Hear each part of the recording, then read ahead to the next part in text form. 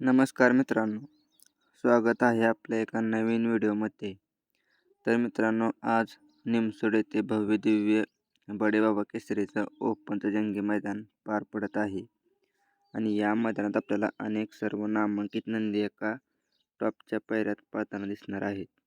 तर मित्रांनो, आपण या व्हिडिओमध्ये आपल्या सर्वांचा लाडका 12 केसरी बकासूर पळणार का आणि कोणत्या गटात बकासूरच्या नावाने चिठ्ठ्या निघाल्या आहेत आणि आज आपला बकाडॉन पाहिला तर आपल्या बकाडॉनचा 100% फिक्स पायरा कोणत्या नंदीबरोबर असणार आहे त्याचे अपडेट आपण घेऊन आलो आहे. त्यासाठी मित्रांनो, जर आपण या चॅनलवरती नवीन असाल तर चॅनलला सबस्क्राईब आणि व्हिडिओ आवडला तर व्हिडिओला एक लाईक नक्की करून जावा. तर मित्रांनो, आपल्या सर्वांचा लाडका 12 केसरी बकासूर मित्रांनो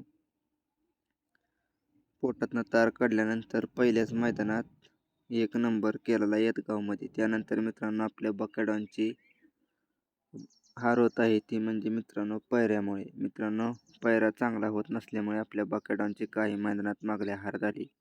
पण मित्रांनो, आज एक ओपनचं मैदान आहे आणि या मैदानात आपला बकाडॉन 100% पळणार आहे.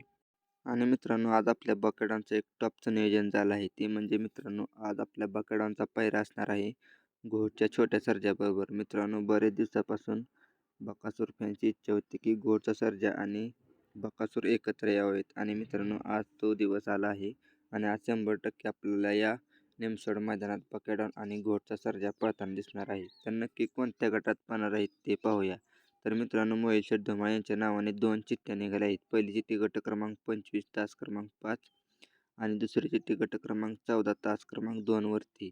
तर मित्रांनो, आपला बकाडॉन या मैदानात गट क्रमांक 14 आणि तास क्रमांक 2 मध्येच पळताना आपल्याला दिसू शकतो आणि गट क्रमांक 25 मध्ये आपल्याला महाराज पळताना दिसू शकतो. तर मित्रांनो, व्हिडिओ आवडला तर व्हिडिओला एक लाईक आणि चॅनलला सबस्क्राईब नक्की करून जावं. धन्यवाद.